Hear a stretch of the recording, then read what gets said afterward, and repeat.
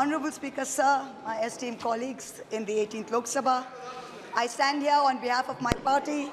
Mr. Prime Minister, Honorable Prime Minister, I would really request you, since you've been here for the better half of 1 hour, ये भी सुनते हुए जाइए sir, डरिए मत sir, डरिए मत, 2 बार आ गए sir.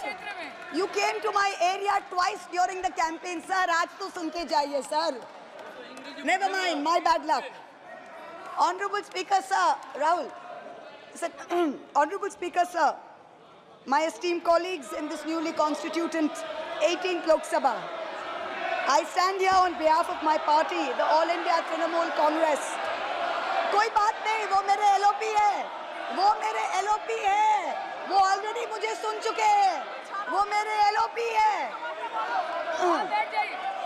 Honorable Speaker, sir, my esteemed colleagues, in this 18th Lok Sabha, I stand here on behalf of my party, the All India Trinamool Congress, to speak on the Honorable President's address.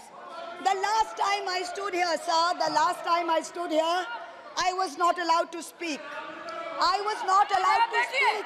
आप लोगों ने अरे let me finish. Dimple, let me finish. House Guys, order में आने ignore. please. Let me finish. हाँ, जिसको जाना है, please जाइए, no problem. The last time I stood here, I was not allowed to speak. But the ruling party has paid a very heavy price for throttling the voice of one MP. मुझे बैठाने का चक्कर में जनता ने आपके 63 सदस्यों 63 जन को परमानेंटली बैठा दिया. You have gone down from 303 to 240. In my maiden speech in the Lok Sabha in June 2019, I spoke on the 7 signs of fascism that were taking over this country. 5 years to the date, on June 27, 2024, this House saw the unprecedented scene of the marshals welcoming the President of India, the Honorable President, with a Sengol in their hand. The Sengol is a symbol of the supreme authority of a monarch. It has no place in the temple of a constitutional democracy. But, Honorable Speaker, sir, it is understandable why this happened, because the BJP has still not understood that their 303 brute majority, their Rajtantra, has been reduced to a 240-seat minority by the Loktantra. They are still living in the world of the Sengol. This sudden changed reality, this new reality, is yet to sink in for the treasury benches, and especially for the speechwriters of the Honorable President's address.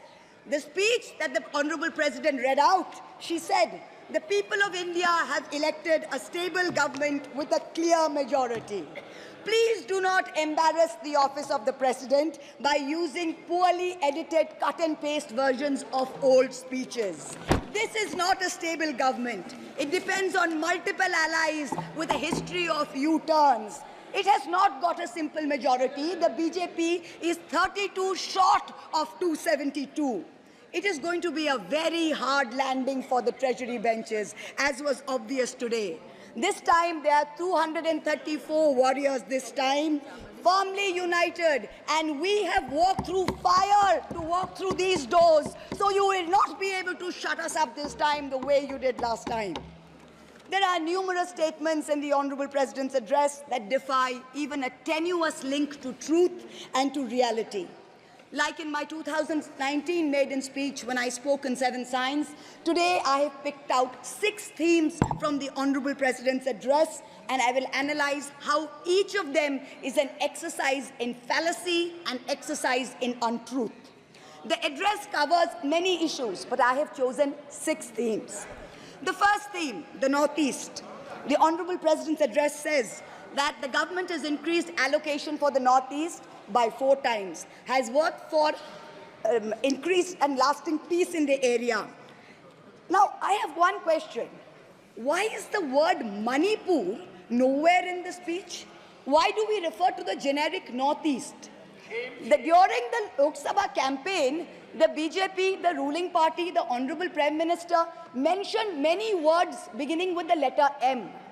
Musalman, Mullah, madrasa, Mughal, mutton, machli, mujra, Mangal Sutra, but not once did they mention Manipur.